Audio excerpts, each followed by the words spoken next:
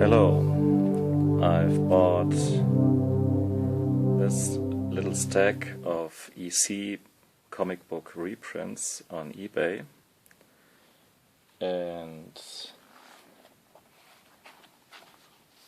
I was partly surprised, and that's what I want to talk about today.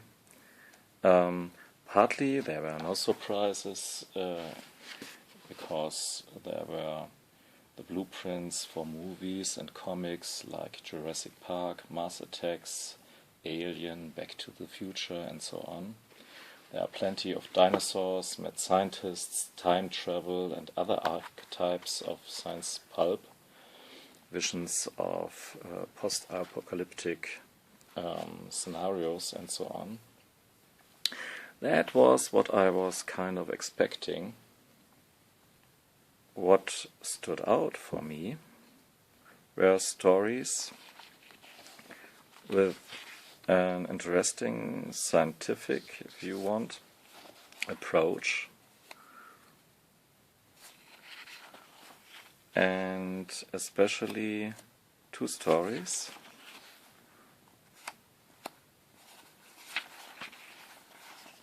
First of them is this Dream of Doom, a nice first page.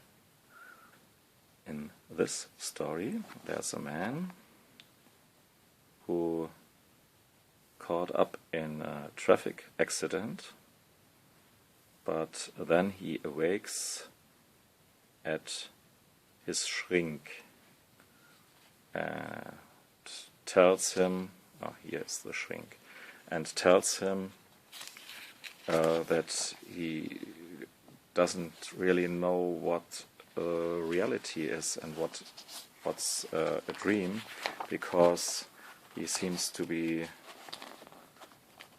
always dreaming and then awaking from situations. And the shrink answers, yeah, that's the reality that I am talking to you, or I don't get your problem. And then the telephone rings and the man awakes, and he's lying in his bed at home and tells his wife that he dreamt about being at his shrink. And then he goes to work. He's a comic book artist, handing his new drawings over to his editor or something. And do you see the title of his comics?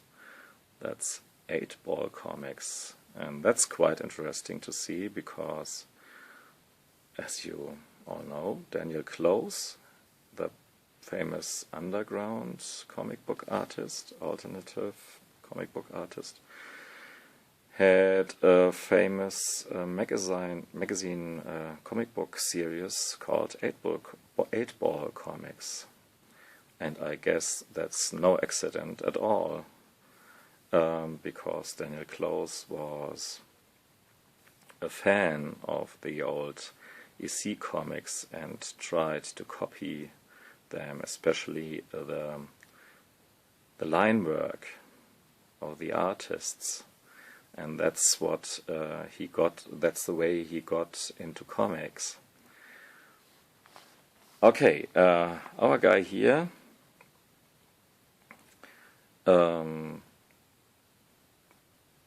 has very great success with his drawings. His editor or chief found them very good, and he gets here the applause from his colleagues, but sadly enough, even this situation seems to be a dream, and he awakes and he's in the opera or theater or something, Okay, and this goes on and on and on, and he awakes and awakes and awakes. He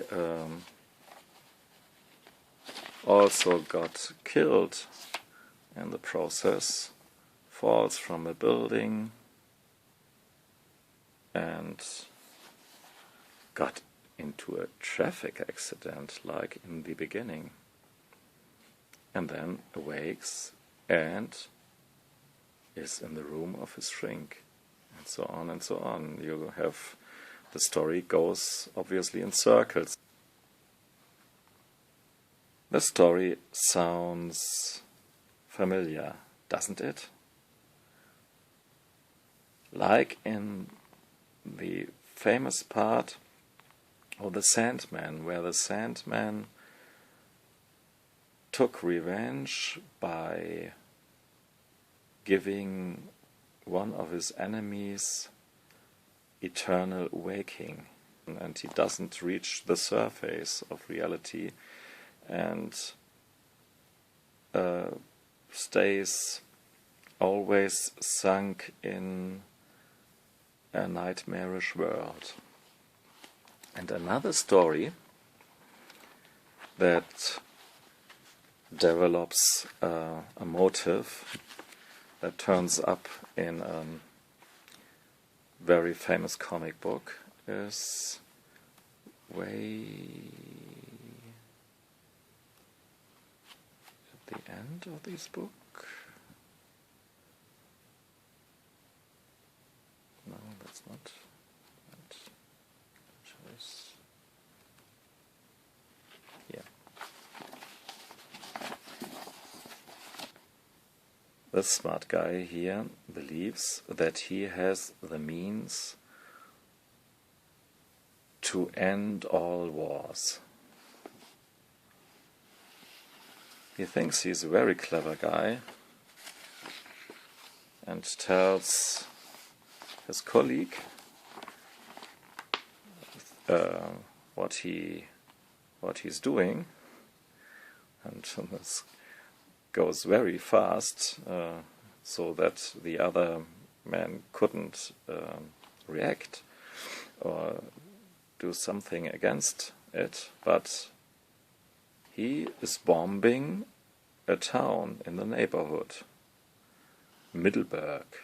A tiny village 20 miles from here will be blown off the map. No more than 300 people will be killed.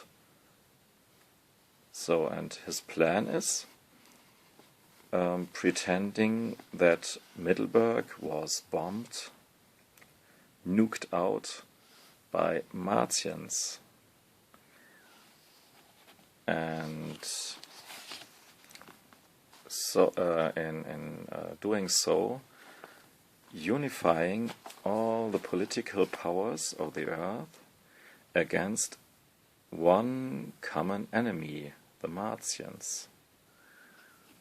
And as he planned, the Russians and the Americans and all the other political powers agree on fighting together against Mars. Hey people, and this man isn't called Ozymandias, but I guess it's fair to say that the coincidence with Watchmen is very obvious. I don't want to fool around with Alan Moore, who wants this anyway, but hey, I think maybe you read this, maybe this is common knowledge what I'm telling here, and nobody is surprised, but please tell me this in the comments. Criticism is always well received. I know that some things that are new to me are not new to everybody, or to anybody, maybe. And the story here ends a little bit different than Watchmen, because what he didn't expect it, our Mr. intelligent. There are Martians, and when they are bombed from Earth, they struck, they fought back and bombed Earth. And in very few panels and a big wham, the story is brought to a brutal, sad end. Okay, the stories are always some kind of sketches of ideas, but as I maybe have shown you, these sketches were the basic for great epics that came afterwards. Thank you for listening and watching. Goodbye.